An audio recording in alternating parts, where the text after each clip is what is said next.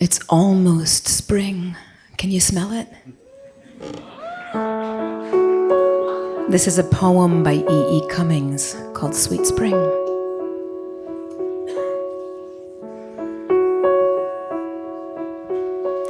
Sweet spring is your time, is my time, is our time. For springtime is love time, and viva sweet love. All the merry little birds are flying in the floating, in the very spirit, singing in our winging in the blossoming. Lovers go and lovers come, a-wandering,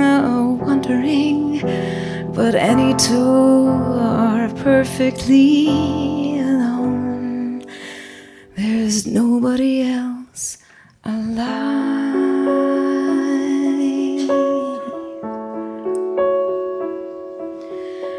Such a sky and such a sun I never knew, and neither did you. And everybody never breathed quite so many kinds of yes.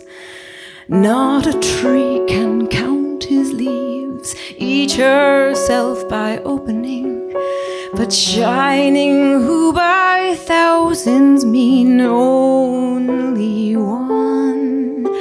Amazing thing, secretly adoring, shyly tiny, winging, darting, floating, merry in the blossoming, always joyful selves are singing.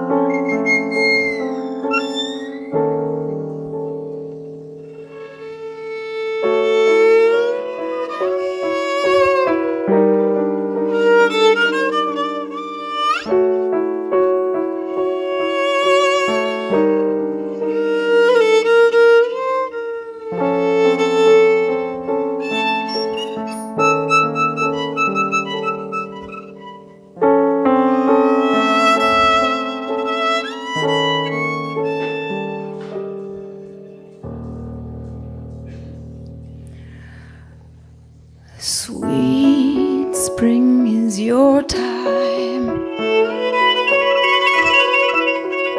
is my time, is our time. For springtime is love time, and viva sweet love.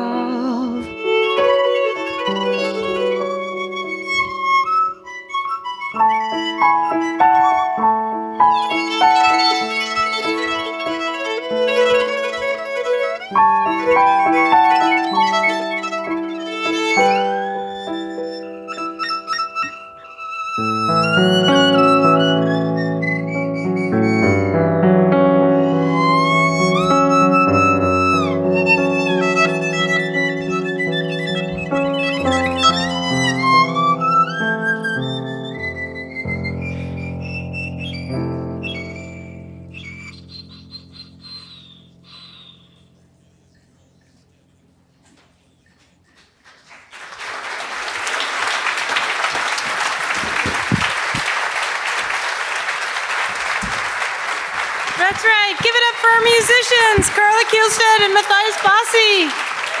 Woo!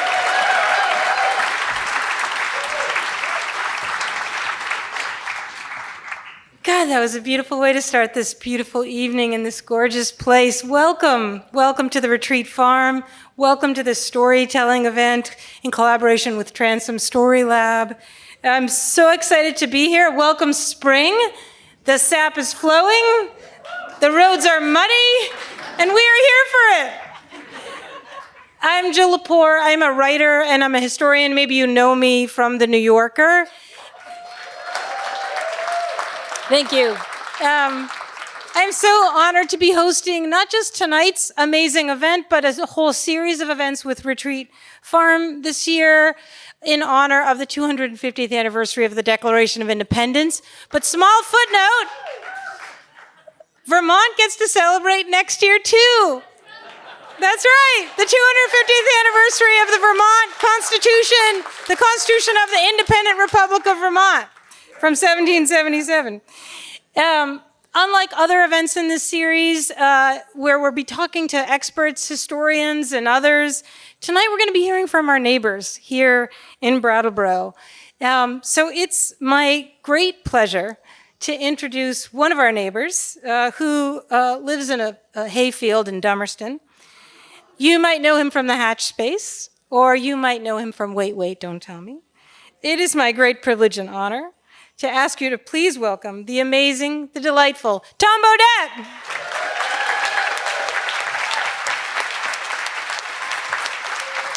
Wow.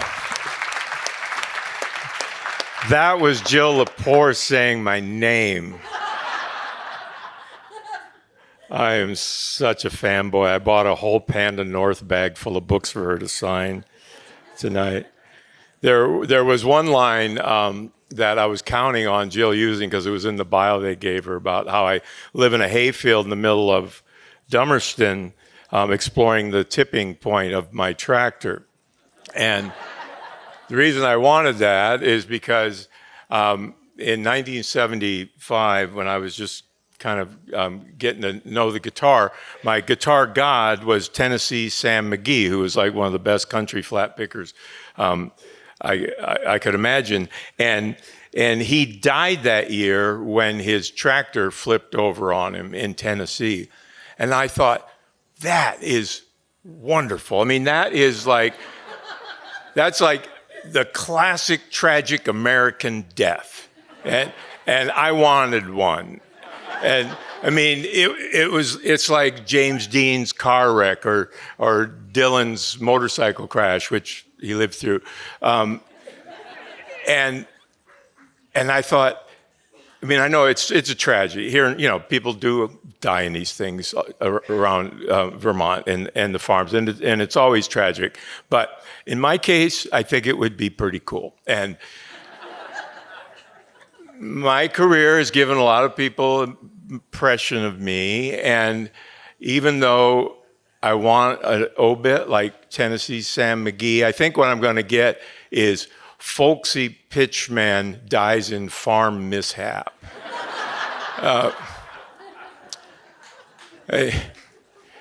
You can't hide from yourself. So I want to explain a little bit about how this came to be this evening and what we're going to do with it. We have 10 storytellers for you tonight, and they've been working with the storytelling team from Transom for just 2 days on their stories. None of them have done this before. None of them are professional storytellers. There are other storyteller organizations who work weeks, months with novice storytellers to get their stories out.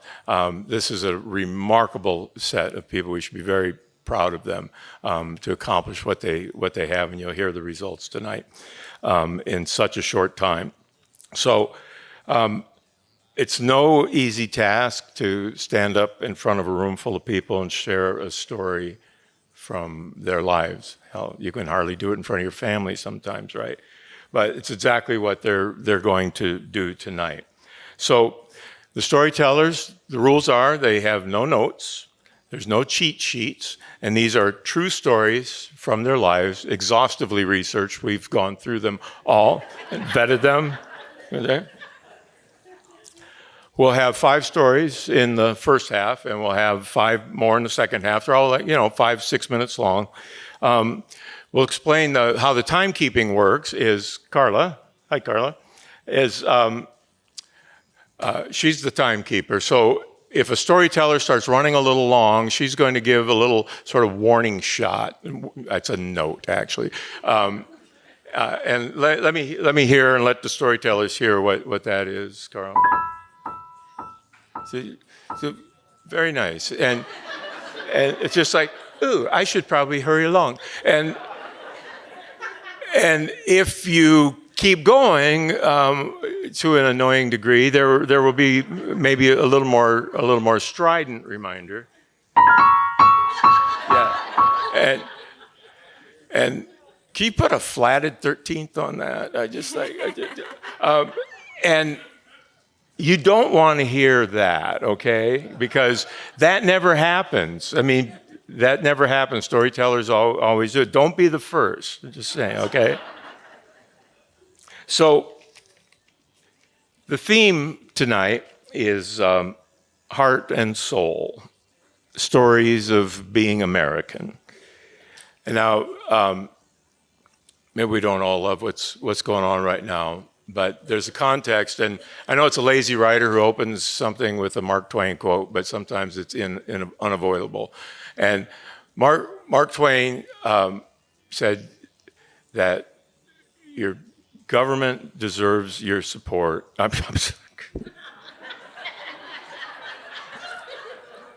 No, he didn't.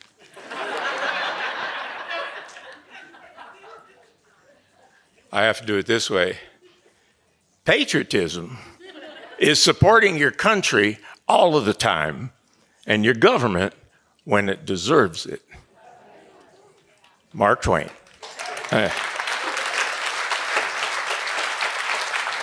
So I was pulling out Jill's books from my library last night because I knew I was going to bring them down and force her to sign them for me, which she was gracious enough to do already. And I had a bookmarker in These Truths, which is her book from a few years ago. And I opened it to that page, and there was a phrase there that she opened that part with, and it was taken from President Obama's first inaugural address. And when I read it, I knew exactly what I was going to do here tonight, which was tell that story about the tractor. And this. The President said, "Our challenges may be new. The instruments with which we meet them may be new. But those values upon which our success depends, honesty and hard work, courage and fair play, tolerance and curiosity, loyalty and patriotism, these things are old. These things are true. They have been the quiet force of progress throughout our history. What is demanded then is a return to these truths." So listen to these values in the stories that you hear tonight.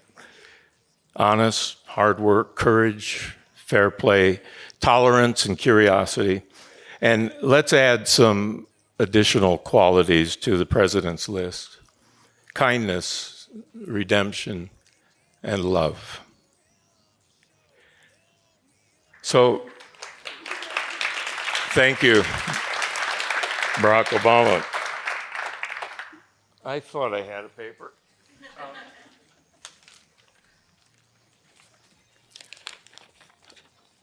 Storytelling is as old as dirt, like so many of us. And looking someone in the face and telling them something true is as old as language. It's how we've always communicated our values, our taboos, our information, our histories. And there's almost a primordial sacrament that comes through. The first time I stood on a stage and told a true story from my life in front of a crowd of people, it became my new drug for like 10 years. I'd never felt anything quite like it. The only other time I'd experienced that kind of time stopping, life goes away, is when I'm in my wood shop. And this is far less dangerous most days. And when these people come up here and open their lives to you, there's also something that you need to do. We have to connect with the stories being told. It's like you have to submit to it and let it in, and that's when we get that moment around the fire that I've never seen not happen at a storytelling event, and I know it will happen tonight. Let's get right to our storytellers. Rather than introduce them with little bios and all these things, we asked each storyteller the same question. And the question we've asked them is, what is it about you that says, I'm from Vermont? Our first storyteller, Nancy Bell, said, I work 5 jobs. Please welcome Nancy Bell.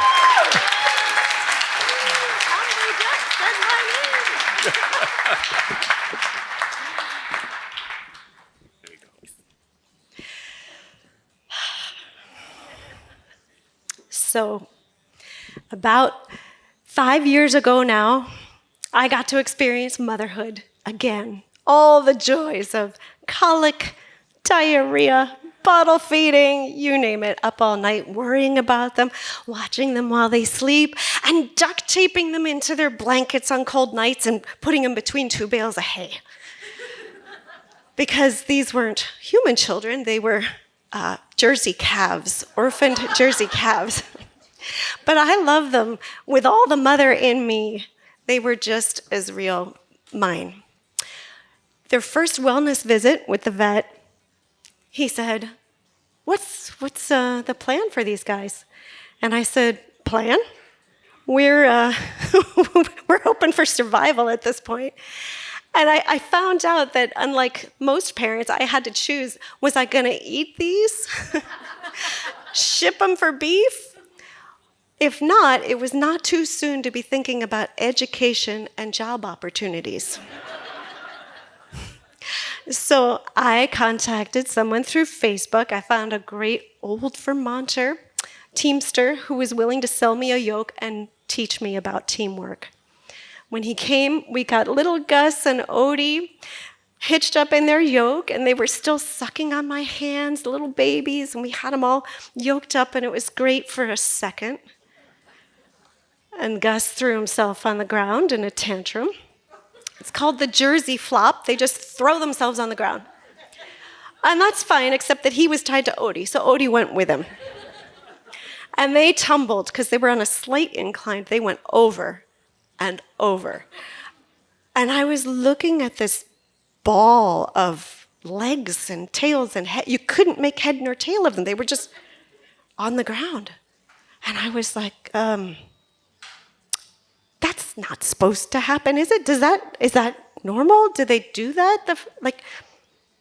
Is this okay? Are they all right? And the teamster didn't say anything. He just went over to him, get him up. So we got him up, and they were okay. I said, that was bad, right? That was really bad. Yep. About the worst thing that could possibly happen. First time you hitch him up. Great. Well, what do we do now? He said, well, you work them. So off we go. They were walking. I was talking. Come on, boys. Good boys. Come on. You're doing so great. Go. And the teamster stops and looks at me. You talk too much. They need 4 words. That's it. When they're under a yoke, 4 words. Whoa, gee, ha, back. That's it.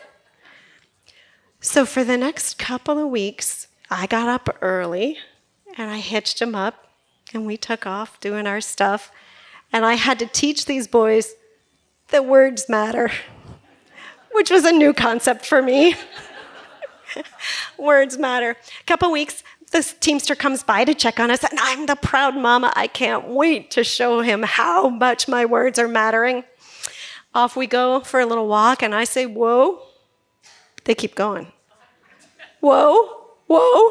They keep going. In fact, they're picking up speeds. I'm like, you little monsters. They're going faster and faster and faster. And I hear behind me, let them run. So I let them run. I had no choice. But off they go, and they ran. Run they did, right smack into a peach tree. They hit that thing so hard and so fast, their front legs stopped because they had nowhere else to go. But the back legs kept running. And the back legs ran all the way around the tree until their bums bumped into each other. And next thing I know, the yoke is on upside down. And they're tied, wrapped around this peach tree. And I'm thinking to myself, this is a parenting moment here. I'm looking at them saying, you. I was ashamed. I was mortified. I was also grateful they were alive. I was so happy they were alive, I wanted to kill them. I start marching toward them, yelling. And the Teamster shoots me a look that shuts my mouth. He goes up to them. I'm thinking, oh, they're in for it now. He says, go get the halters. I go get the halters, thinking, I wonder what he's going to do to them. I mean, they were so bad. They were so naughty. I get back. He's got his hands on their backs. Their eyes have stopped rolling around in their little heads. They've stopped shaking. They just sort of melt under his touch. We take everything apart, extract them from the peach tree, and we walk back to the hitching post. For a long time, he was really, really quiet. So was I. He looked me in the eye, and he said the thing that changed my heart forever. He said, they're going to run and do dumb shit. And you got to let them. But when they get in trouble, the trauma they cause themselves, that's enough to teach them. You don't need to make it worse. Always be their safe place. Be the one they look to get them out of a mess. So I'm happy to say, 5 years later, Gus and Odie and I are still a team. We're still learning what words mean. We're working on it. And I've learned I can't always be the boss, but I should always be the sanctuary.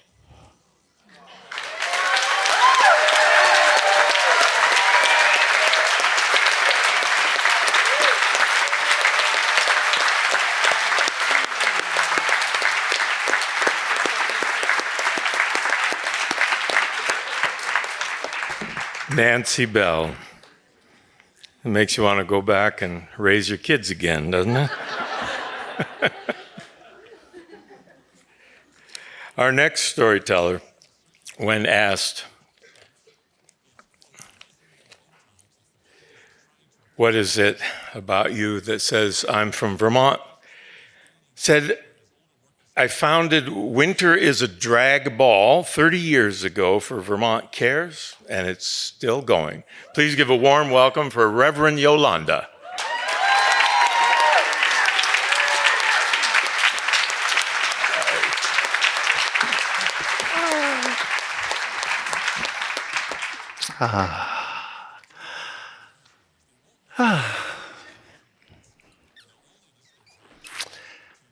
So I'm standing in a very small kitchen, in a very small apartment, in a pre-war building in Brooklyn, Bay Ridge, Brooklyn, y'all. And it's the summer of 2011. And I don't know if you've ever been to Brooklyn in the summer, but it is hot and gross and sticky, almost as bad as my hometown, Muscle Shoals, Alabama. And it's even worse tonight because I have the oven on 400 degrees. There's no air conditioning and no ventilation. So all the smoke and grease is coming back on me. But in the living room is the love of my life. Watching TV. The Reverend Glenn Morton Ganaway, also known as your favorite anarchist preacher. He's my joy and my perfect man. 6'2", long, lanky yoga body, balding on the top with that sandy blonde hair and those green sparkly eyes with the little professor glasses that he wears. And that big, wide, intelligent, welcoming, beautiful smile with his little cracked tooth right in the front. My perfect man. Well, he's the political junkie, and I'm the artist and the cook. And I love to cook, and he loves to eat my cooking, so it's perfect. So tonight, I'm making one of his favorite meals. Okay, it's roasted chicken with garam masala, the Indian spice garam masala, all coated around the skin. And fantasy cornbread, he calls it, with bacon on the bottom of the pan and melted cheddar cheese on top. And, of course, mashed potatoes and gravy, collard greens, and black-eyed peas because we're both from the South. And I hear him call to me from the other room, you need to come in here and watch TV with me. And I'm like, please, no, I'm gross, I'm dirty, no, I'm busy. And he says, no, it's really important. The New York State legislature is voting on the Marriage Equality Act. Marriage. Well, I never thought about marriage because it really didn't play into my life. I didn't think it was possible, first of all, so I never allowed myself really to even think about it. Hurry up, he says from the other room. They're voting. So I take off this stinky apron and I go in the other room, and lo and behold, they passed the Marriage Equality Act. Oh my God.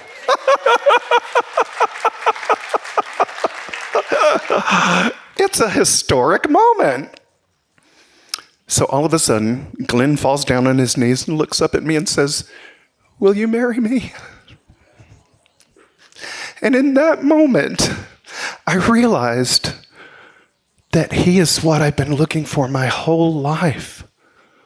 A home. I never had a home with my birth family or any of the other men I was ever with, but with Glenn, I had a home. And he was my husband for sure. So I said, yes!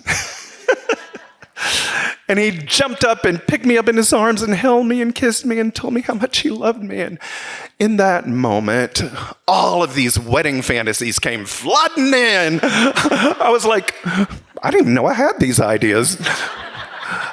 And then I said to him, I know where I want to get married. The New York City Halloween parade. So he looked at me like, okay. He said yes. I said yes. We all said yes. It was a yes night. So 3 months later, my Cinderella storybook fantasy wedding came true. We rented a horse and buggy. We got dressed to the nines, me and all of my Marilyn Monroe glory, and him in his totem animal outfit of the raven. So we were the divine masculine and the divine feminine, sitting in that carriage, getting married, running down the street in that carriage. Thousands of people, including Bread and Puppet Theater. So we're sitting in the carriage, waving at everybody, saying, thank you for coming to my wedding. Perfect. The most wonderful day of my life. And what I learned was something I thought was impossible actually happened. And something that I didn't know that I wanted became everything I ever wanted. Thank you.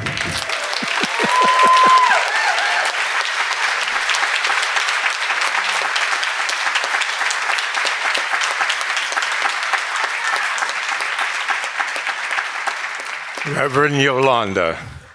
What a beautiful story. So, Nancy Bell and Reverend Yolanda are interested in gathering together anyone else who's interested in being a part of local storytelling group here in Brattleboro. And I'm happy to say that Nancy is collecting emails, so if you are interested in that, find Nancy after the show or during the intermission and let her know. And our next storyteller, Jenna Struble. See, here's Star, I told you. So when asked, what is something about you that says I'm from Vermont, she says, even as a new Vermonter, I don't wear a coat above 50 degrees. Jenna Struble.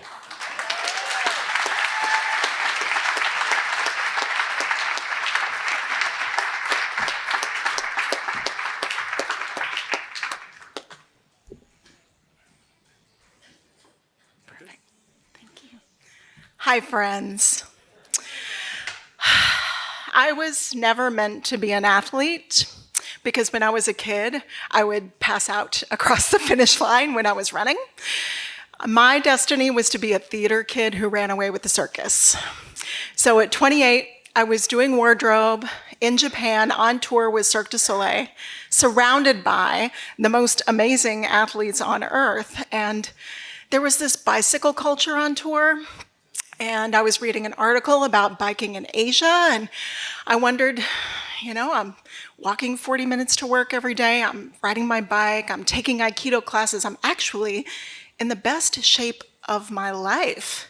And Nagoya, the city that we were in, is roughly 200 miles from Osaka, the city that we were going to.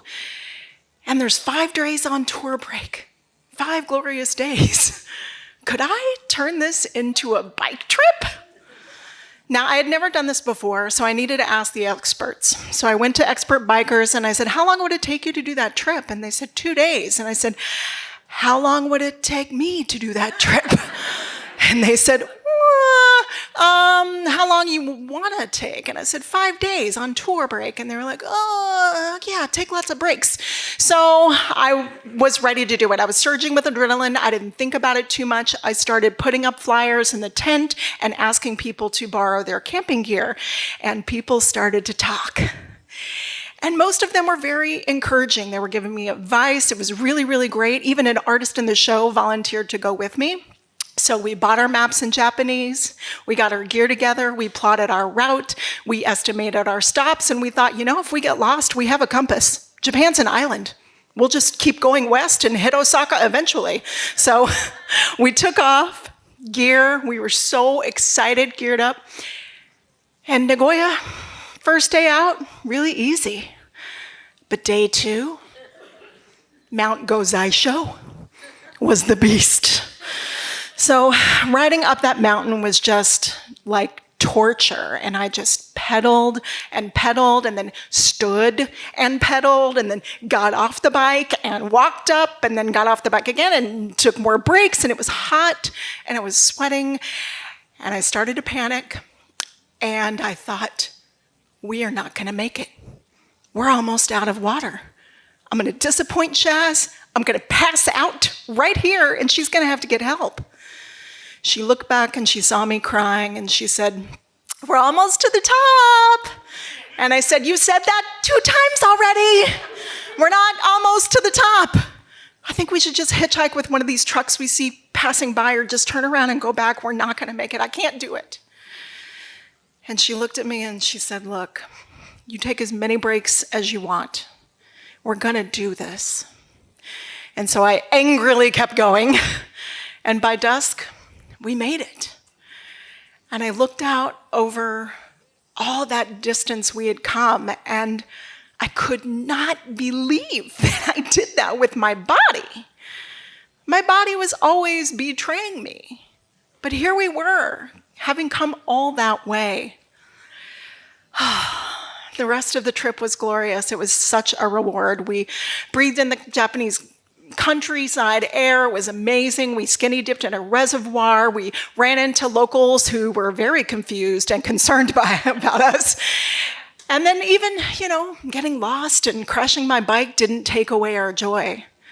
So we finally reached Osaka, and she put her arm around me and she said, can you believe we did that with our bodies?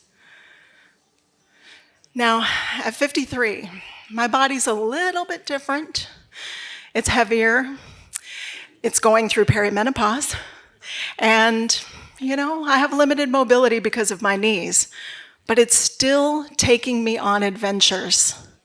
I was on a trip with friends, and we were hiking back up the beach, and I thought about Mount Gazaisho and all the real and metaphorical mountains that I've had to climb in my life. And it's always taken me a little bit longer, and it's been a little bit harder, and there's always been pain, but this body did that. And when I look back on my life, I am going to be so proud that everything I did in this life, I did in this body. Thank you.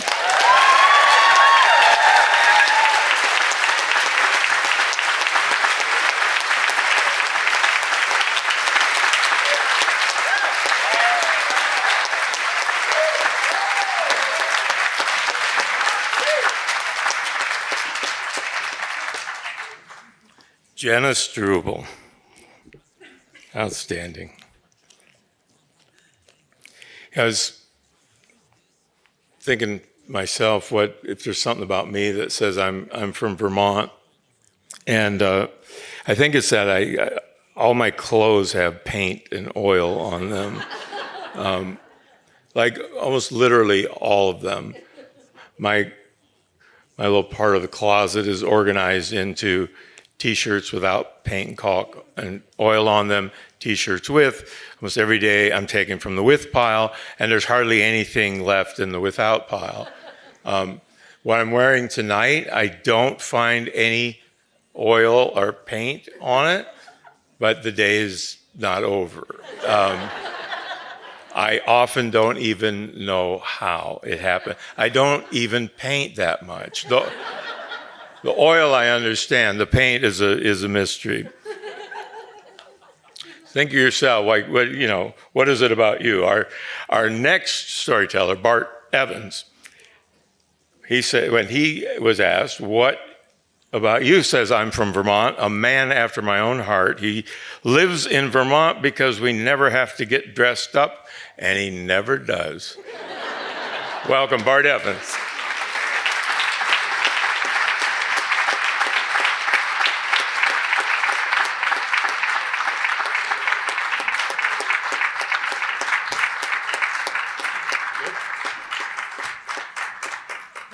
Hello everyone.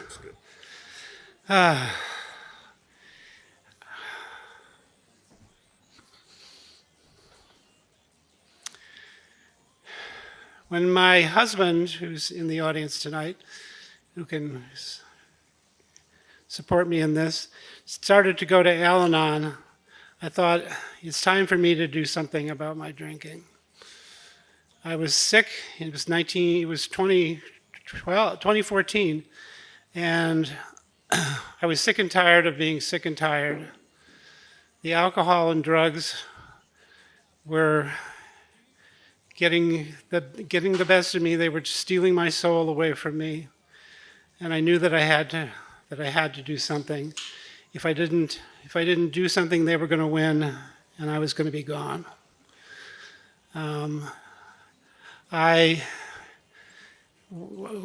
Gosh, it's such a lot of stuff I want to talk about.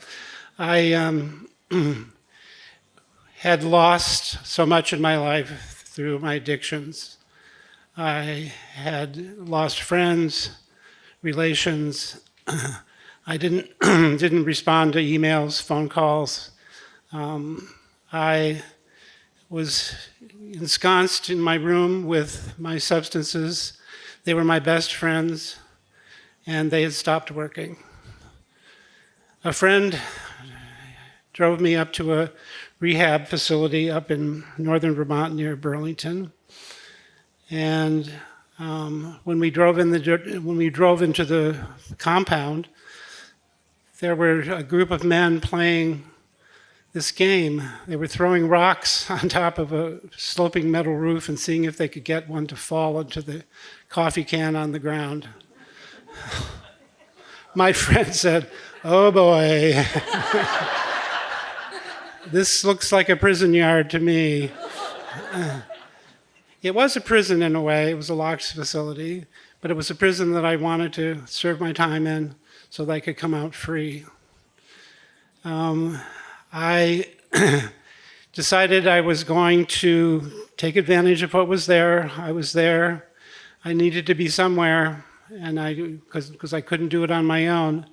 So I decided to, get involved in the. You really had to get involved in what was going on.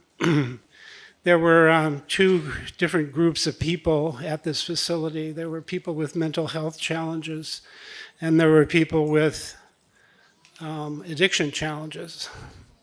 And the two didn't really mix. One day I saw a young woman that I'd had my eye on because she was very distinctive looking. She had flaming red hair with spikes coming out of her head and very, very, very skinny, like a scarecrow. And I decided, well, I'm here to learn from people. I'm here to tell my story, hear other people's stories. So I went up to her and I said, "Would you like to chat during break?" And she said, "Okay." Her name was Abby. We traded stories. She told me about her challenges. I told her about my challenges. We complained about everything. We complained about the food, which was actually pretty good. But you'll complain if you can.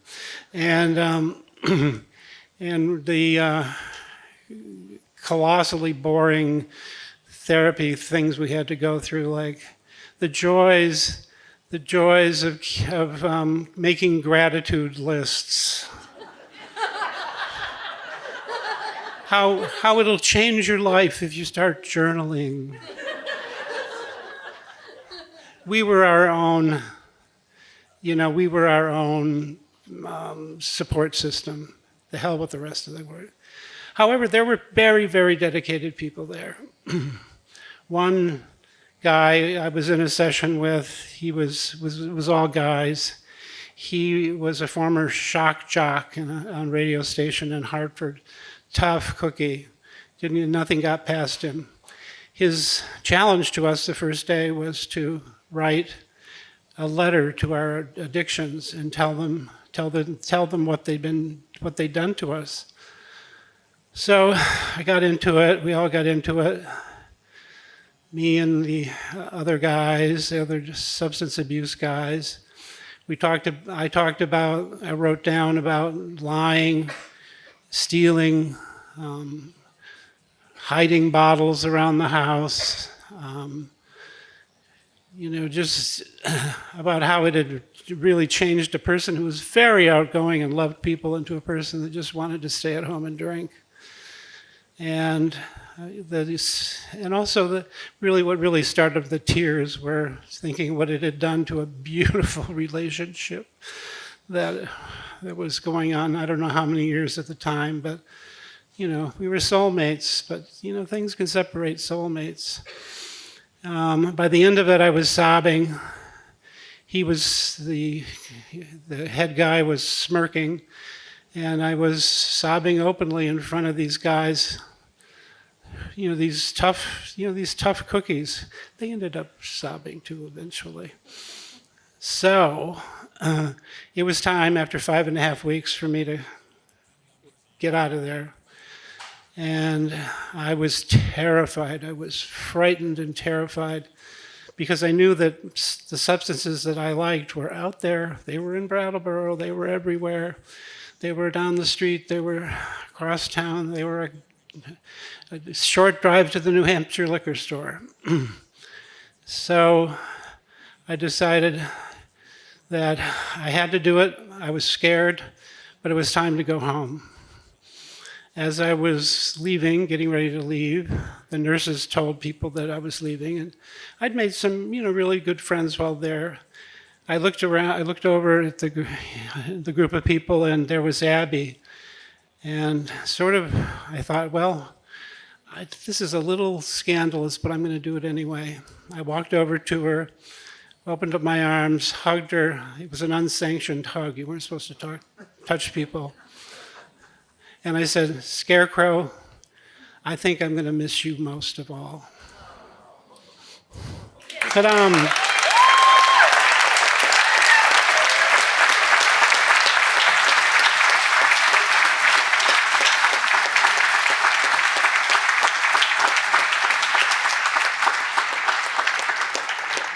Thank you, Bart. How about these storytellers?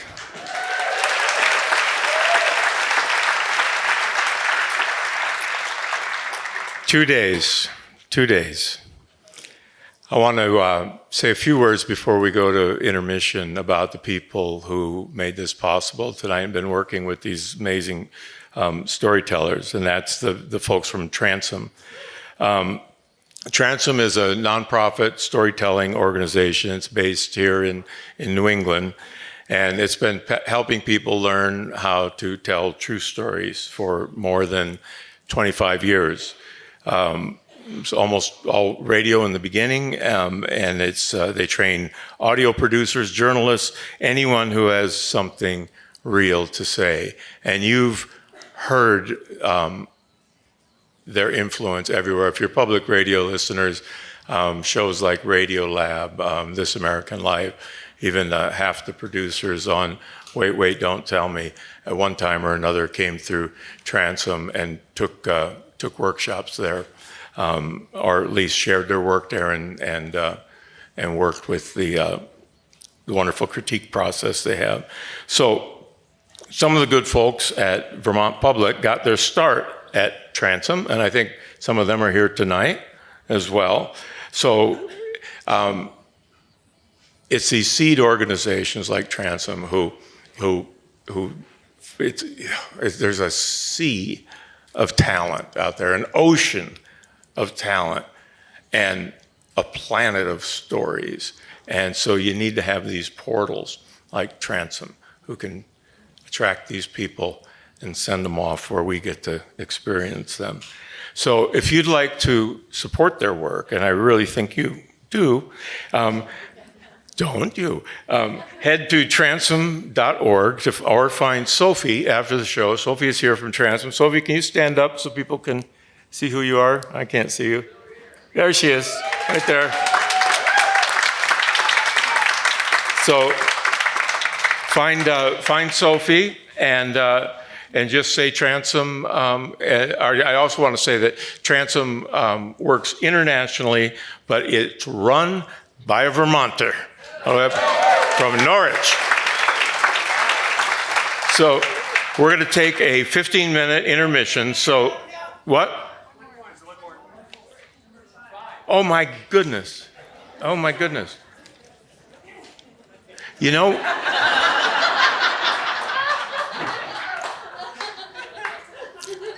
when you scribble notes before a show, like while you're talking to everybody and just like being chill, all that, you're making a huge mistake. Of course I knew that. I was just messing with you, Sarah. So he gets to have notes and he blew it. I know, right? I'm better off without them. Half of what I'll say would be wrong, but it will be more entertaining, I swear. I just start lying. So, Sarah, when we ask Sarah, what is it about you that says you're from Vermont? She says she stacks her own firewood. So, Sarah Clay.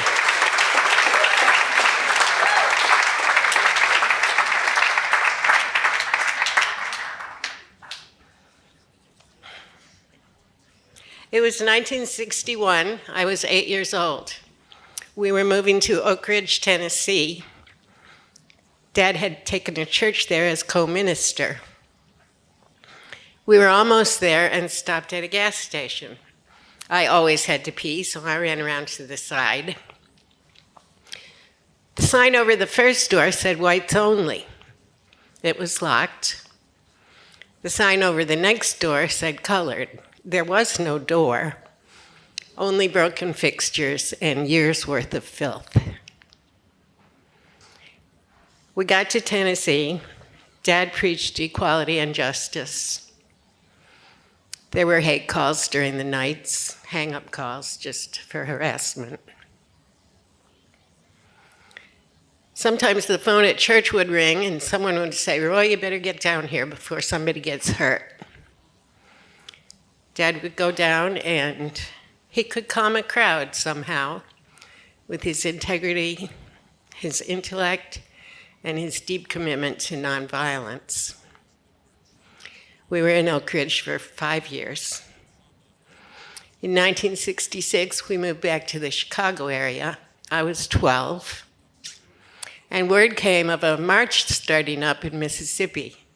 It was the March Against Fear for voter registration. Well, Mom and Dad piled 4 kids into the station wagon and we headed south.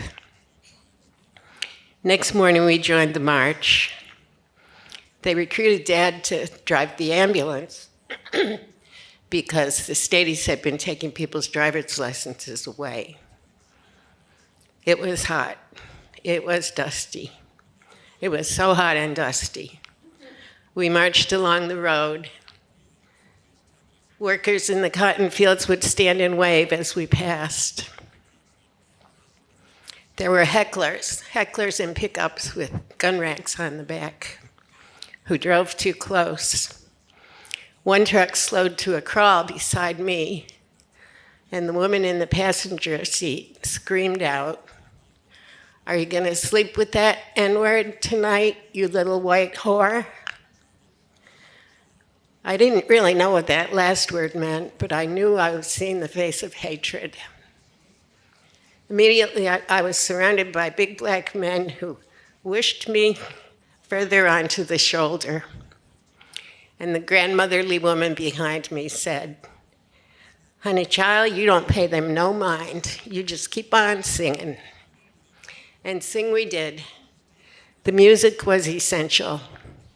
The songs were the gift of the people to themselves that could not be taken away.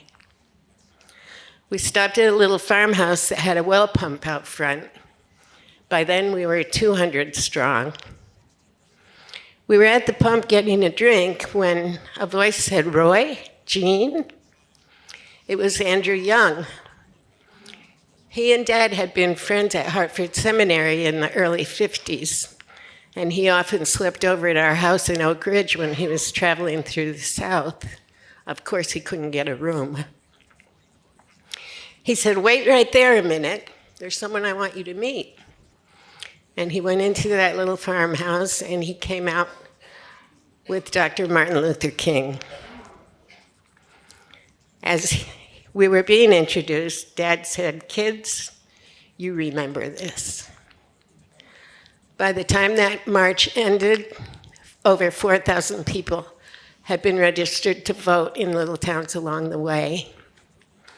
And at the final rally in the capital city of Jackson, Mississippi, there were 15,000.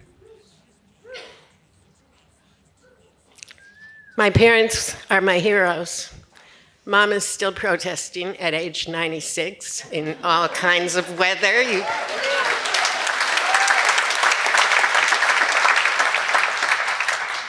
You gotta love Mom.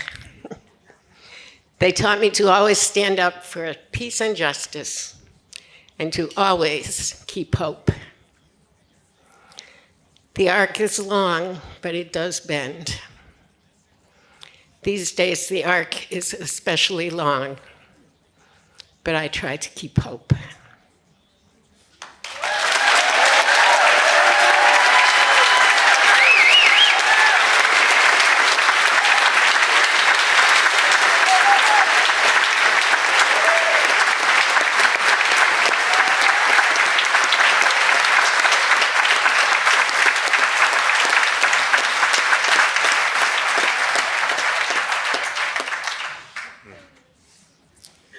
Kids, remember this.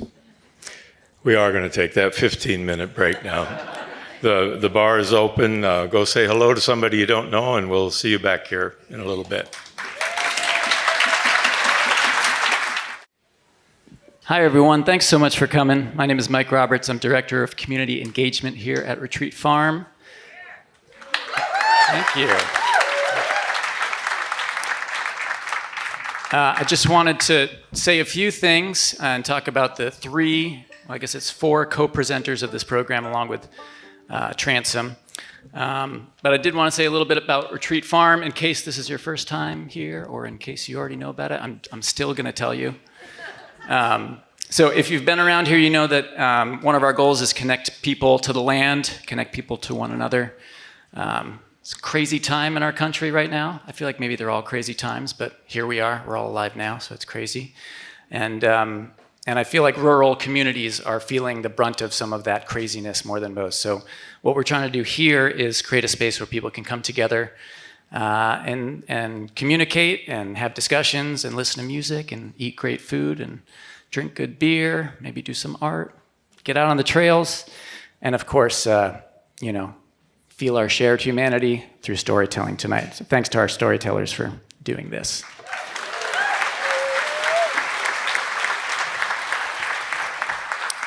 We have a lot more coming up at the farm. Jill talked a little bit about our series. That's gonna. The next one is in May, and we'll have that on the website soon with details. We got jazz shows, wine and cheese tastings. We're gonna have our food truck roundup again this summer, so please do check our website and come back for that stuff. Before I talk about our other partners, I did want to say there's another event that's happening as part of this storytelling event.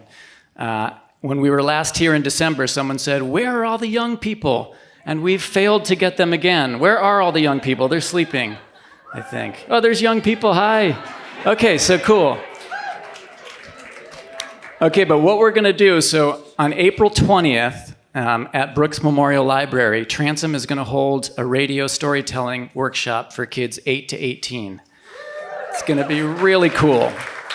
And kids will have the whole day there with Sophie and with some of her friends who do radio storytelling. It's a free workshop. So if you have a son or a grandchild or a daughter or a neighbor or you are that young person, call the library or stop by the library and sign up. It's going to be really cool. So I'm going to introduce my new friend Stacy here in a moment, but there are 3 co-presenters of this series, and that's Retreat Farm, Vermont Public, which you guys know Vermont Public, of course. So Kari Anderson is here. Go say hi to Kari if you haven't already. Get a cool T-shirt, and they've done so much work to support promoting this event. I would say probably half of you are here because you heard about it on Vermont Public. Is that correct? Yes. Thank you, guys.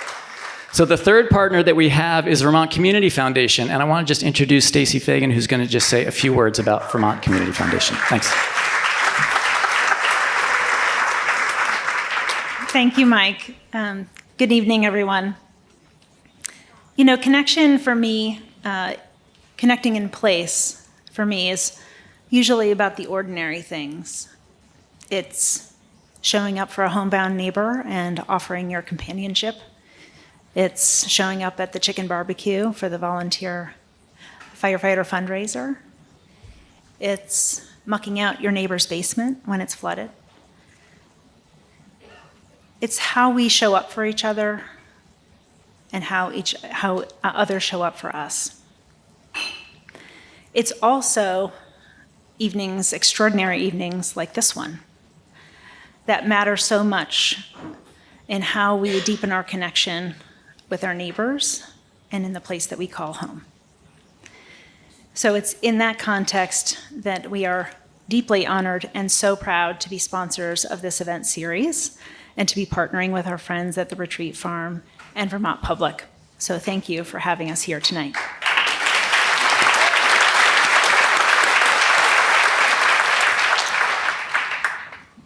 And I'm so proud of all of you. I mean, just incredible storytelling. Bravo to you all. The Vermont Community Foundation was founded in 1986 as a source of enduring philanthropy. It's about neighbors giving to neighbors every day, times of crisis, COVID, the floods of 2024 and 2023.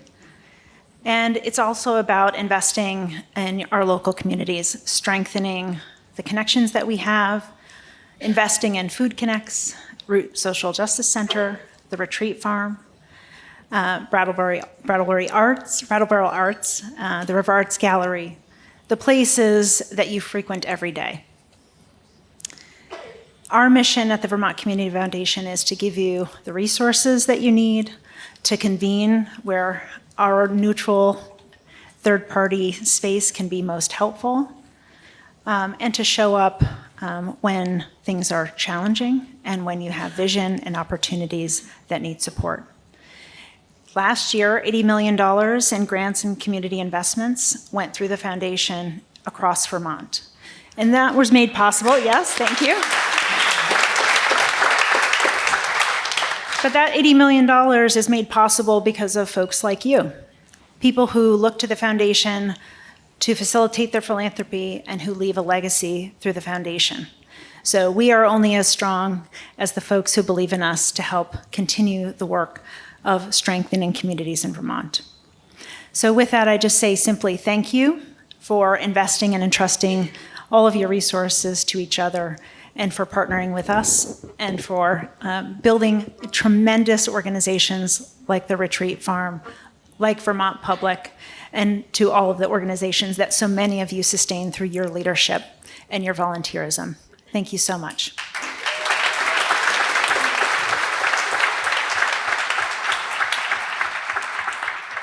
Okay, we're going to get back to storytelling, but first, I want to introduce this amazing band. Tom said he's a fanboy of Jill, and I'm a real fanboy of Carla and have been for a long time.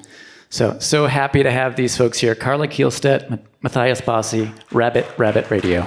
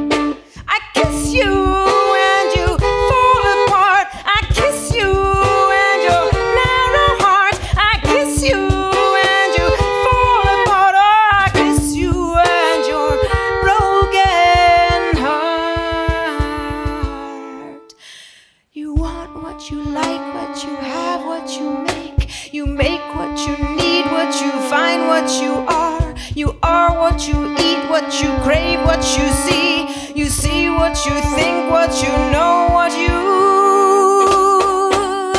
love. He lives every last day like it was his 10th. Boredom has her way with him. She sings his mind to sleep.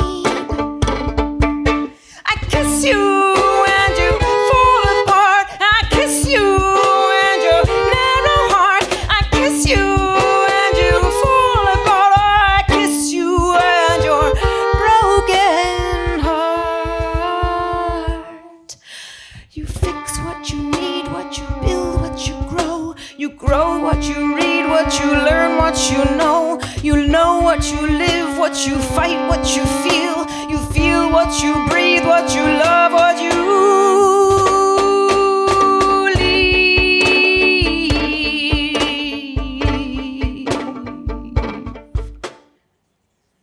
He's got 7 houses. None of them feels like home.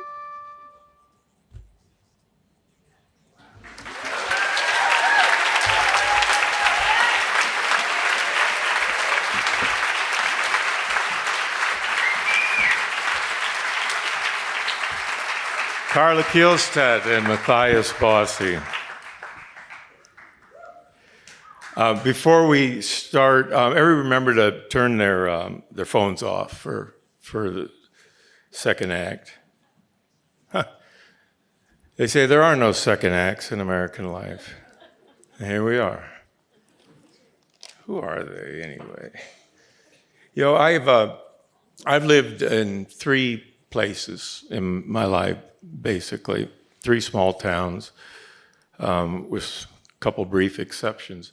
Southern Michigan, where I grew up, Alaska for 23 years, where I went through all my changes, and Vermont for the past 23 years, where my wife Rita and I have decided we're going to ride this one all the way into the ground. And my story is typical for Americans. Americans move. I mean, it's in the Constitution, the freedom of movement. It was important then, and it is important still. America's always had this idea that you could pick up stakes and go to greener pastures or whatever it was, and it's still true. And yet, in every small place that I've lived, there is I don't want to say a greediness, but there's a jealous embrace of the place. Like even in Alaska, and this is ridiculous because everybody in Alaska, unless you're a native, is from someplace else. Face it, there was only about 6 white guys there until 1968 or something. And still, at any town meeting or any public event, if someone got up to speak, it always started with, well, I've been here, 8 years or 10 years. And the bigger the number, the more credibility that he supposedly had. And you there was a reverence to it. I mean, I remember when I was there 10 years, I thought, I'm a damn sourdough. 10 years in Alaska, that's badass. So, and you can bet when I stood up at the meetings, I'd say, I've been here 10 years now, and then off I'd go. And I come to Vermont.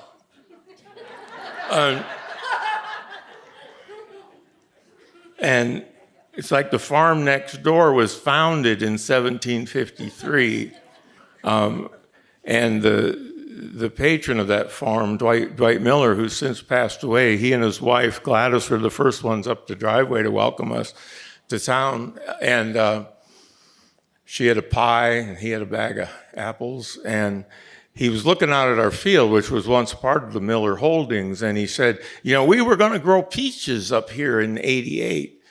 And I thought, oh, that's interesting. I didn't know this was peach country. Maybe that's something we could do. And as he kept talking, I realized that he was thinking of 1888. And that was my first experience with Dwight. You had to listen close to find out what century you were in, because the we meant everybody going all the way back. And to become a Vermonter is really an impossible task. We raised 2 boys in Vermont, and we've all probably heard this, where, I always thought, well, my kids were born and raised in Vermont. They're Vermonters, right? It's if the cat has kittens in the oven, does it make them biscuits?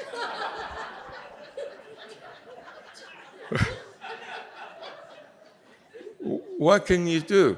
And yet, Americans are roamers, right? I mean, we are this mobile people. A good many of us will move more than once in the course of our lives.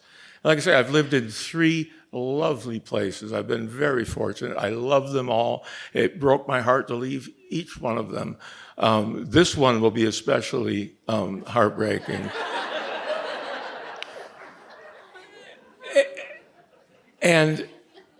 And yet, when the roamers show up, we protect ourselves from them. I've always found that curious.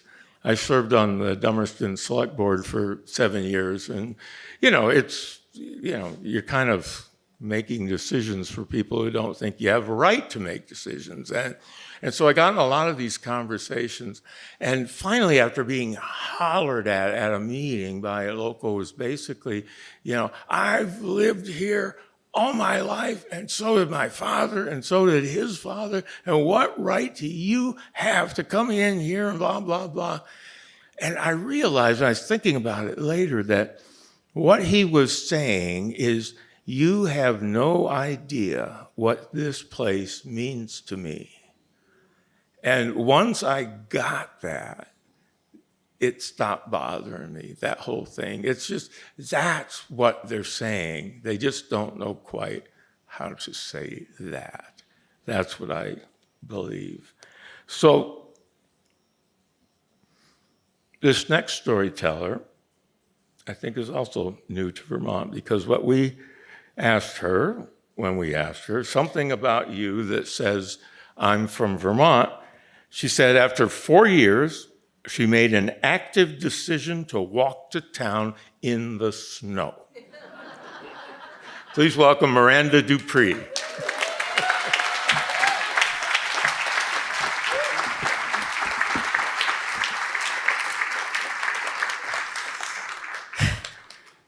Hey. So I moved to Vermont 4 years ago. I was following my partner to do the most Vermont degree ever and get an MFA at a cartoon school. And I was coming from a big city, so when we were moving to this village of like 2,000 people, I was like, not buying into this Vermont lifestyle. I'm like, there's gonna be nothing to do, no people. We've got this deadline, 2 years, let's do it. And then I move here, and I do what people do, and I make friends. 6 months later, those friends became my community, and I was locked in. I said, you know what, if I'm gonna be here, let's be here. And so I got a job at a local nonprofit. I started joining all these community groups and getting involved. And so about 2 years later, a friend invites me out for coffee, and she sits me down and she says, Miranda, I think you should run for select board. And I was like, oh, so this coffee had motive, got it. And we're talking, and she's planted this seed, so I'm thinking about it. And I decide, you know what? I know a lot of people. I know people who have served on the select board. I know people who have seen iterations of the select board. Let me ask them, what's the best that can happen? What's the worst? Let me just hear it all. And boy, do I hear it. I hear great things, and then I hear the worst possible thing that could probably happen. The only Black woman to ever serve on our town select board was received death threats to her and her family while she was serving in a community that she was born and raised in, and she eventually left because of it. And so I'm like, okay, that doesn't even feel like this community that I've been living in. And I feel like so much good has happened and so much work has been put in by community members so that our community isn't like this anymore. So I see all this good that's happening, and I want to support it, and I want us to reach our full potential. So I'm like, you know what? I'll go for it. I'm going to throw my hat in the ring, and, if it turns wrong, then, I'll just quit. Whatever. So I get all my signatures, and I'm on the ballot, and then I'm gearing up for campaign month. February is campaign month. So I've got this whole campaign trail all planned out. I'm gonna knock on doors, and I'm gonna go to all of these events. I'm gonna be everywhere. Everyone's gonna know who I am. And so I'm really banking on this campaign trail that I'm planning out too, because there's a native Vermonter who is an incumbent that I'm running against, and he's on the listserv, and he's talking about, just how awful it would be if our town was run by some outsider. So this is what I'm up against, generations of Vermontism. But I'm gonna do it, and so I've got my whole plan all laid out. And then one night, early February, sitting on the couch with my friends watching a movie, my sister calls me. I ignore it, I'm like, I'll call her back later. And then she calls me again, and I know something bad has happened. So I step in the other room, and I answer the call, and she tells me that my great-grandmother, my mama, has passed. And I'm heartbroken, and it seems so naive to say, but this woman was a part of my entire life. She was a part of everyone I ever knew's entire life. And she smoked a pack of cigarettes a day, so I really just thought she was invincible. But I'm floored by this, and I'm going home. I have to go home, I need to be with my family. And I'm not even thinking about the campaign anymore. This is a done deal. And so I'm home, I'm spending time with my family, and a friend calls. And they're like, hey, I've got these signs that we made. Where were you gonna put all these signs? And so I'm like, oh, well, here's the list of the places I was planning to go. And I'm thinking, oh, maybe they'll stop by on their way about town and drop some things off. And then I get a text with some pictures of, oh, we've printed out all these posters. Where can we hang all these posters? And there's a poster of me as the Obama Hope poster, and there's a poster of me on horseback. It really pays to have artist friends, even though they are not paid. And so I'm like, okay, well, here are all these places that you can put the posters. But right, I'm in the thick of it with my family. I spend most of the month there. I get back to Vermont just in time for the last event of the election cycle. It's our budget and candidates night.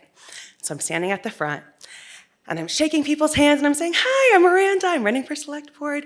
And they're like, oh, I know who you are, I've seen your face all over town. I already know everything I need to know about you. And I'm like, what? And they're like, yeah, I'm voting for you. And I'm like, what? I just got back into town. I've done absolutely nothing, and all of these people know my name. And so the election happens. I win. Yeah. And my friends throw this huge party and celebration. They bring out this congratulations cake. I slice into it. The cake layers are red, white, and blue. There's a cardboard cutout of me photoshopped as Obama. We are just celebrating and regaling in this. And I just really am still, to this day, in awe that I had so much support behind me to make this happen. And I feel like I really bought into this community, and it bought back into me. And that's the most Vermont thing ever.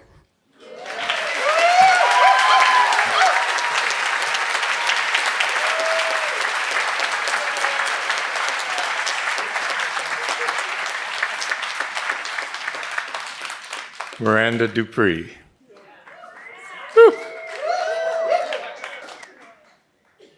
So our next storyteller is pretty hardcore. When I asked her what about her says I'm from Vermont, she led with, I've lived my entire 73 years here in Windham County. And she said, I raised 2 babies without running water or electricity. Give it up for this, Bonnie Garapi.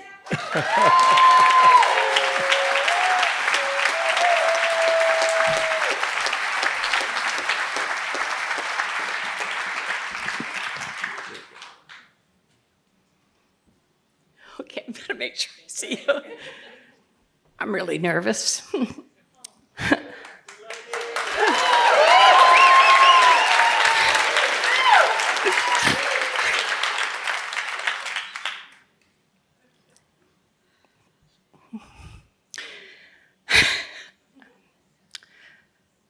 14 years ago, I woke up in a motel room after many relapses.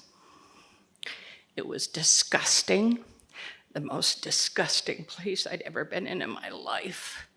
And it was because I had relapsed once again. I was so broken. I was so down and out. I felt like there was no hope. There was nothing in my life worth living for going on. I was so broken. I said that already. I picked up the local paper that afternoon, and on the front page of the Brattleboro Reformer, it said, a little ad, it said, "Come sing with Brattleboro Women's Chorus tonight." I always loved music. As a young girl, my mother used to sing to us. It was kind of rough childhood, but one of the pleasurable things was my mother singing to us. I saw that, and I'm kind of shy and withdrawn and not really looking to go join any group anywhere. Well, Becky Graber answered that phone that night, and she's here tonight somewhere over there.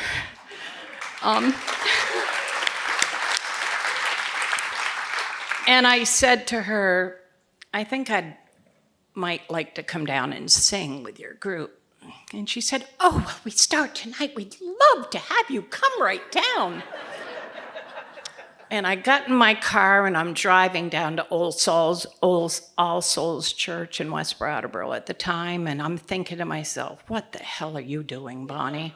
They're certainly not going to want you. If they only knew what you had been doing. I got there, I was so scared. I walked in, everybody smiling and happy to see me. And I remember I said to someone, "I don't think I'm good enough for your group." I was so broken. They said, "Oh, of course you are. We're happy to have you." And then they said something to me. They said, "Well, what part do you sing?" And I'm like, "Parts? What are you talking about, parts? You mean I'm going to have to do a solo or something?" And they said, someone said to me, "Well, just go stand at the back of the room until you figure out where you belong." So I went to the back of that room, and they started singing songs like, I'm so glad I'm here, all these uplifting songs about hope and love, and I'm like, oh my God, they're doing this especially for me. They got to be, they made these songs up because they knew I'm coming and know I'm broken. Of course, that's not the case, but that's how I felt. I stood at the back of that room, and I got all goosebumpy all over, and I felt like, oh my God, this is so wonderful. I know I'm in the right place. I left that rehearsal that night, and I went back to that motel room, and I was like, wow, I had some hope, I had some peace, I had some hope in my life for the first time. I'm going to go back. I continued to go back for the next 8 weeks, and then it came concert time. I'd never been on a stage a day in my life. I'm like, oh my God. I remember I stood in the back row of that concert holding hands with Twile and Elizabeth Pittman, holding my hand and saying, "You're going to be okay, Bonnie." And I was able to sing out for the first time, because all those rehearsals, I'd be like, oh, I don't want them to really hear me, because if they really heard my voice, they might kick me out. I didn't think I was good enough. I'm still singing 14 years later.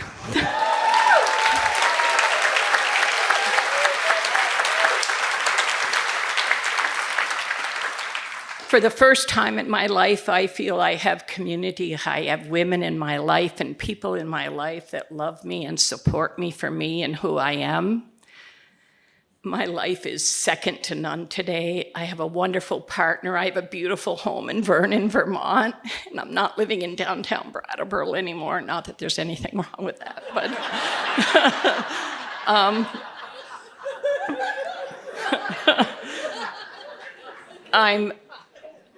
I just had 14 years drug-free and sober in February.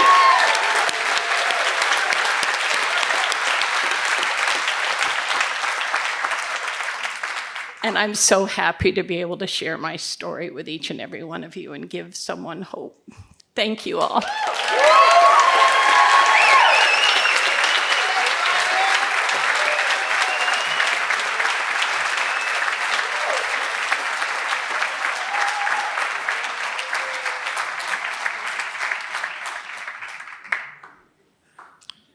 Remember our list: courage, kindness, redemption, love. Here we are. So, our next storyteller, I love this guy. What is it about you that says I'm from Vermont? He says, I don't answer my phone. My man, Hank Lang.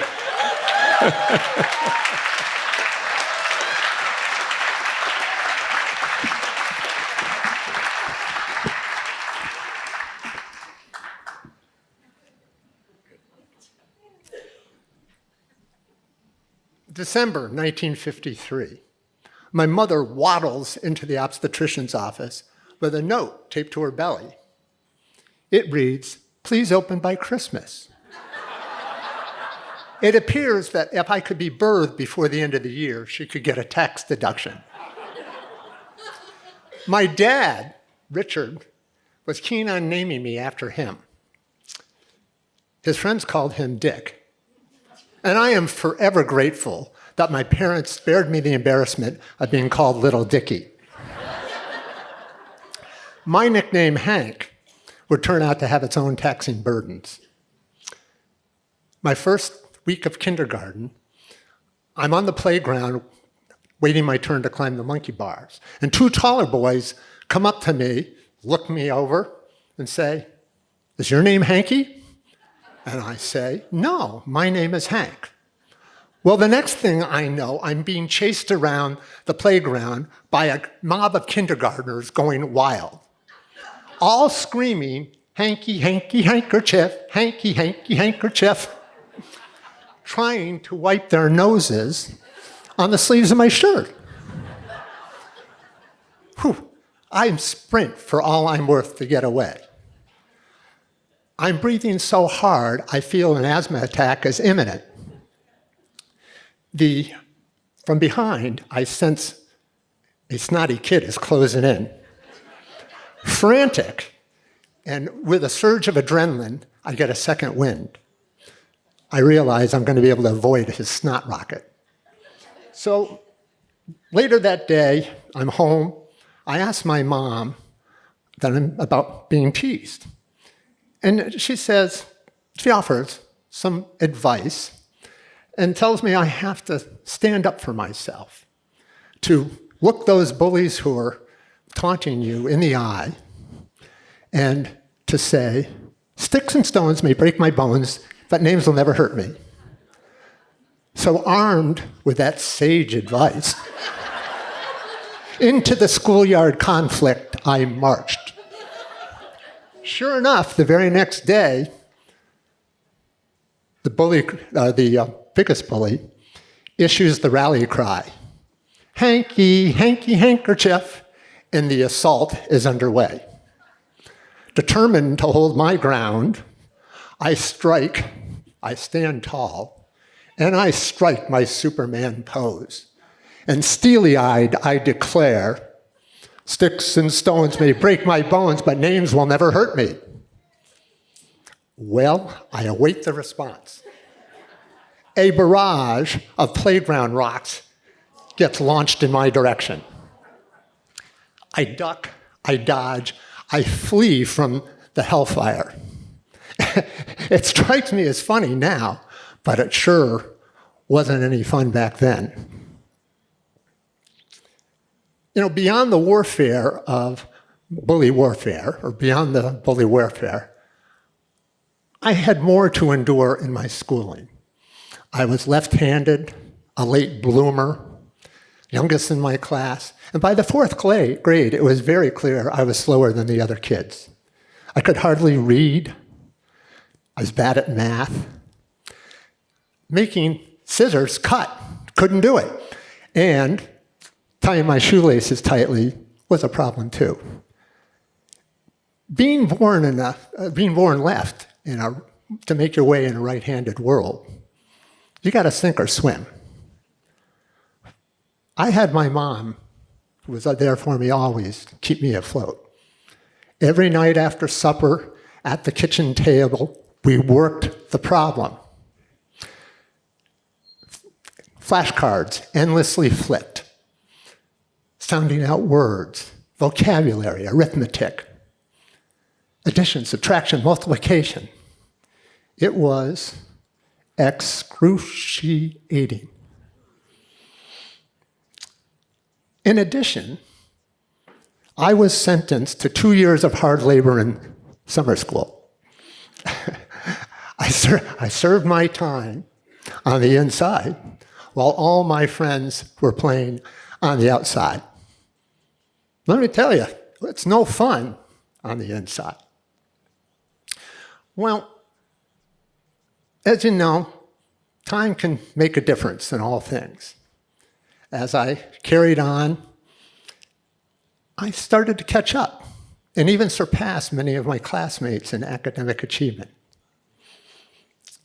I found that if you persevere, as I did, through the challenges of my little hanky years, that you start to understand that life is more a marathon than it is a sprint. And I was able to make a career of coaching others to persist in their pursuits as well. I even got to name my own company Personal Best. And you know, every fiscal year I file my own taxes still and claim all the deductions I can. Thanks, Mom.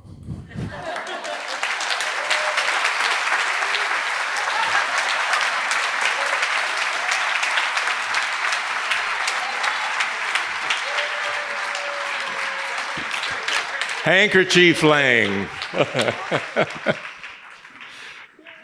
Very nice. Our next storyteller, I think we can all relate to this. What is it about you that says, I'm from Vermont? She says, because she has this odd feeling that Ben and Jerry and Bernie are close personal friends, and she's raised her kids to believe it too. Please welcome Judy Greenberg.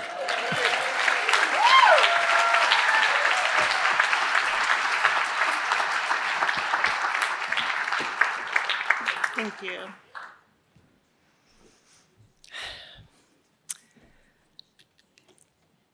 I'm a licensed psychologist and worked for USAID, United States Agency for International Development. I've just been sent to South Sudan to provide mental health support to the employees of the State Department and USAID. I'm standing in a meeting room on the embassy compound in Juba, and I'm waiting for my session to start with the drivers. The drivers for the State Department and USAID have requested a session with me on how to manage their chronic levels of high stress. As I'm standing there waiting for everyone to come in, I'm sweating. It's so hot in this room. There's no ventilation, there's no AC, and my clothes are sticking to me. It's rainy season, so not only is it hot, but it's damp also, making the air more sticky. There's a fan on the floor, but it's just blowing around that hot, sticky air. As everyone files in for our workshop together, I'm aware of being in a very well-fed body.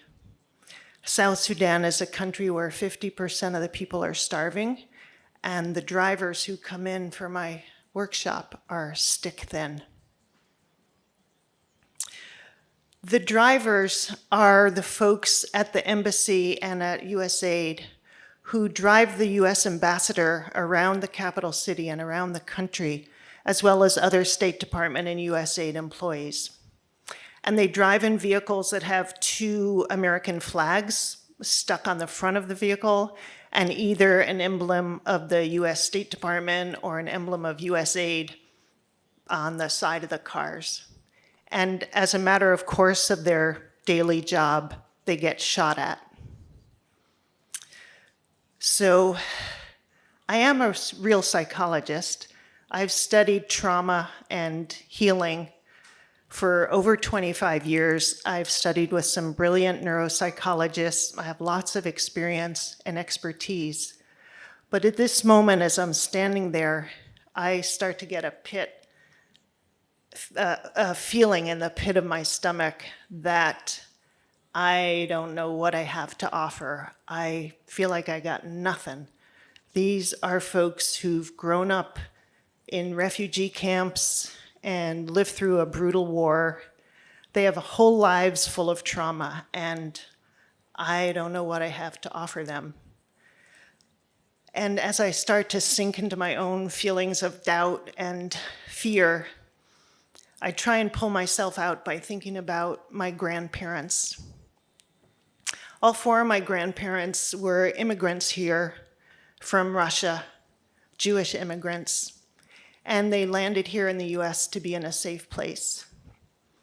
Although none of them were particularly religious, they did have a very strong commitment to the Jewish commandment of tikkun olam, to heal the world. And they instilled in their kids, my parents, and in their grandkids, me, that sense that it's our job, it's our commandment to speak up and to show up for people who are more vulnerable. And I remember that's just in my bones, that's in my DNA. So I pull myself together and get to work, and I start to ask the drivers, what helps you in your lives find a moment of peace, of calm, maybe a moment of joy or optimism? And the first person says what brings them calm and hope is FaceTiming with their kids every single day, 15, 20 minutes, half an hour, every single day they FaceTime with their kids.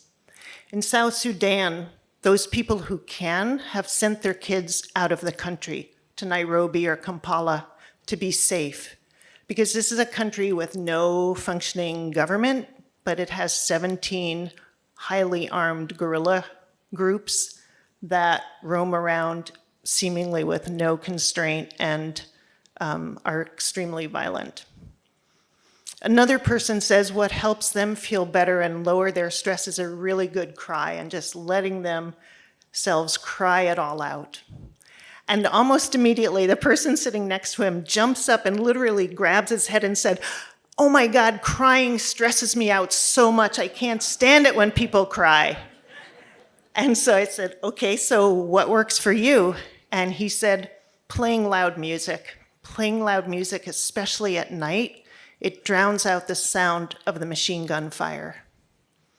So I said, "Okay, what's your favorite loud music song? Do you have it on your phone?" And I asked him to get it up, and I said, "Play it." "No, loud, like you'd like it." And so he starts playing his loud music. It's in a language I don't understand, but it's a good beat. And I said, well, is dancing part of this? And so he gets up and starts dancing. And well, you can't let someone dance by themselves. So I get up and I start laughing at my own bad dancing, and they start laughing at my own bad dancing. And pretty soon we're getting everyone to stand up, and we play a couple of really loud songs there in the US Embassy compound, and we're all dancing. And as we're dancing, I realize that the atmosphere has shifted a little bit, and some of the fear and tension has kind of stood aside, and some lightness and joy have snuck in while we're dancing. I end the session teaching folks some deep breathing, some muscle relaxation so they can help calm their bodies down when they get in a super stressful situation. And the session ends. They go back to work. And I realize that it's not my job to come there and be a hero. If I can give them some tools to find a moment of peace and calm and hope and optimism, and hopefully to have them see themselves the way I see them, that they're actually the heroes.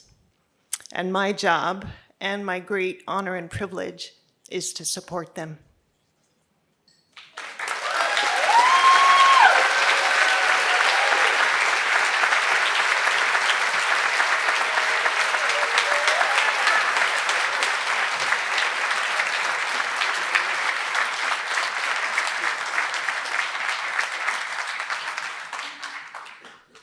Judy Greenberg. Yes. Thank you. Thank you for that glimpse into a world most of us will never see, and for the work you've done. Thank you for the story. So before our last storyteller, and this time I'm right about this I've been checking like this. There's a few people that deserve some attention for this evening.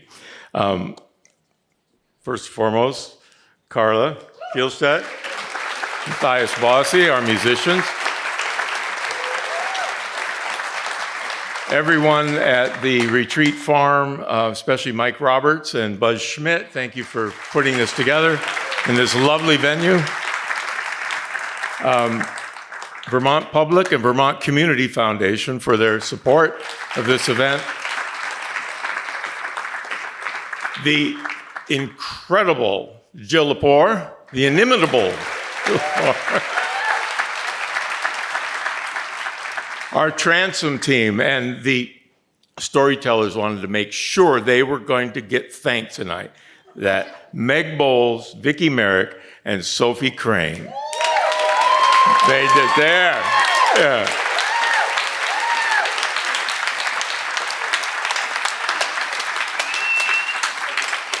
Nice.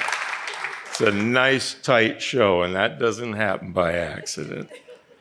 Brattleboro Community Access TV for filming the event.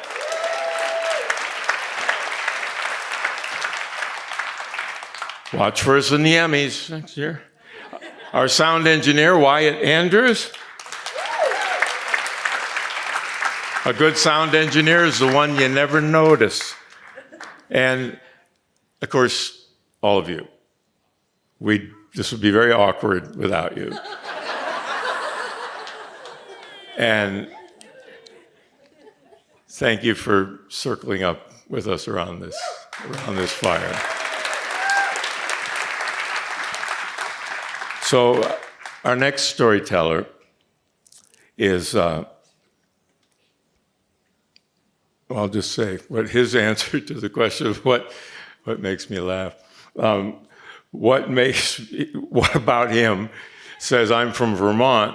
He says, I really admire culverts.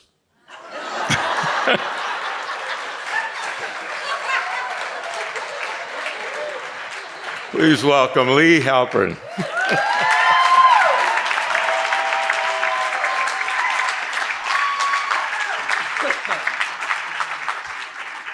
Oh my God.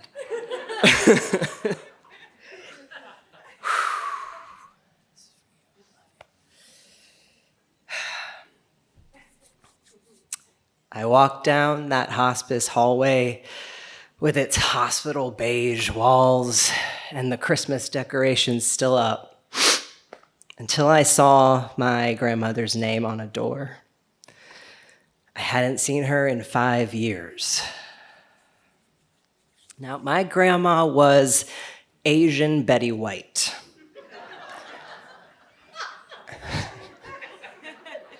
Yeah. And growing up, she was my after-school care, my go-to babysitter, and my best friend. We spent a lot of time together, and she got creative with it. She'd have me go out and scan our whole 1-acre yard for acorns, pick each one up one by one and gather them into little piles at the base of the trees to make the squirrels' lives easier.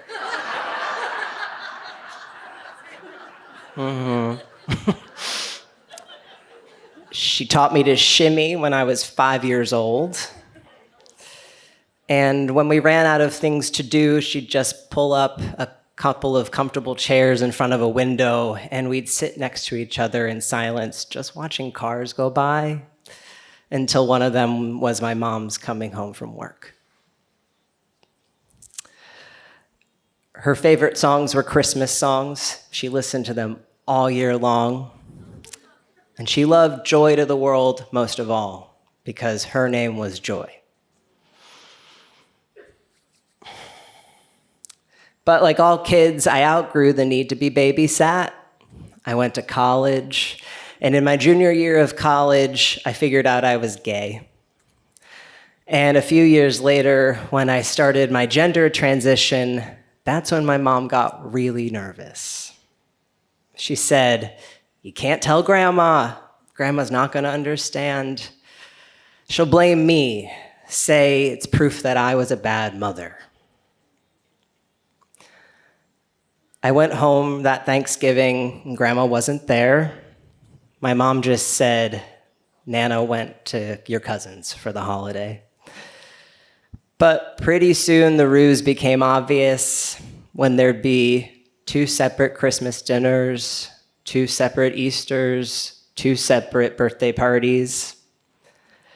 I realized that my mom was severing me from my grandma because she was too scared to have that conversation. I was too scared to confront my mom, even more scared that she'd be right and that my grandma wouldn't accept me. And I figured we'd have time to sort it out. But that went on for 5 years. One Christmas, my mom let me know that my grandmother was being transferred to hospice, and we agreed it was time for me to finally see her again. I remember the door to her room at the hospice was open just a little bit, enough for me to peek in and see her small body engulfed in this massive hospital bed. She was so much frailer and paler than I remembered her, and I just felt my heart sink to the bottom of my stomach. But I pushed open the heavy door, I walked in. She looked at me confused, because it's important to note that at this point, I looked like an entirely different person to my grandma. My grandma had no concept of what it meant to be trans. She thought I was my brother. She thought I was her son who had already died. So I had a lot of explaining I needed to do.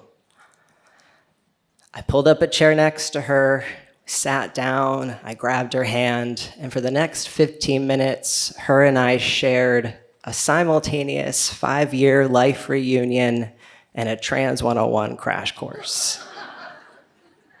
And she just lay there, nodding and listening. She just had a few questions. The first that quintessential grandma question, do you have a girlfriend? The second, are you happy? And the third, do you stand to wee-wee?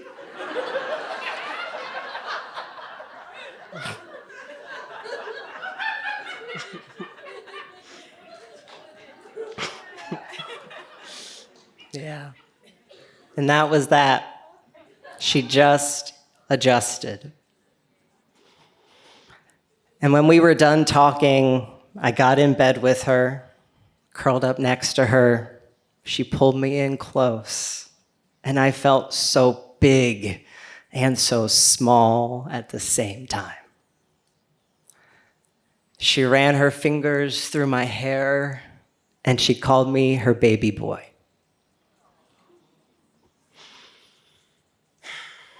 Over the next 3 weeks, my grandmother's memory would loop in shorter and shorter increments, and it turns out that I'd have to come out to her dozens of times.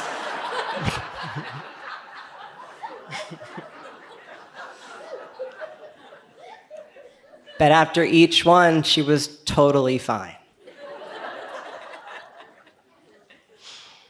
And as my grandma's body left, I sat next to her in silence, just as we had when I was little.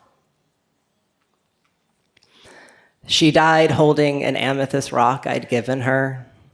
I told her it would keep her safe, and she held it every night when she slept. I hope it helped her transition. When I had the most to lose, my grandmother Joy showed up for me with the utmost unconditional love. And now I carry a little bit of joy with me everywhere that I go.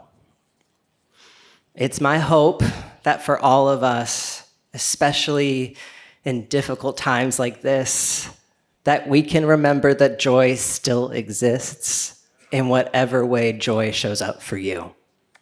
Thank you.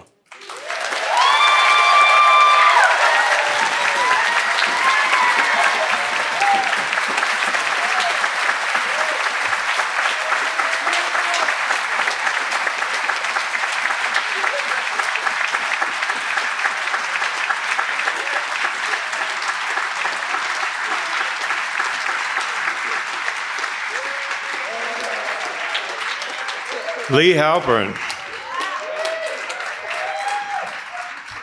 And give it up for all 10 of our storytellers tonight.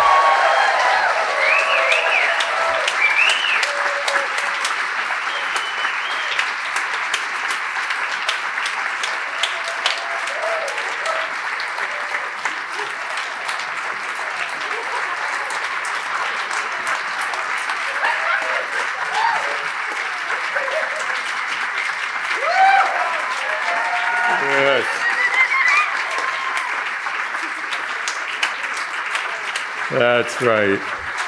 Thank you. Thank you very much. You know, what Lee said, that there is joy. It's easy to look at the world through our screens and newspapers and wonder what's happened. Are we losing our humanity even? And then you come to something like this and you realize, no, we have not. This is important, and we can't lose track of that. And America, I hate to speculate anything with Jill Lepore in the room.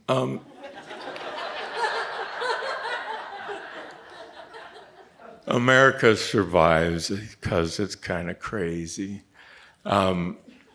It's always been great. It's a great country. It's a great story with a great people.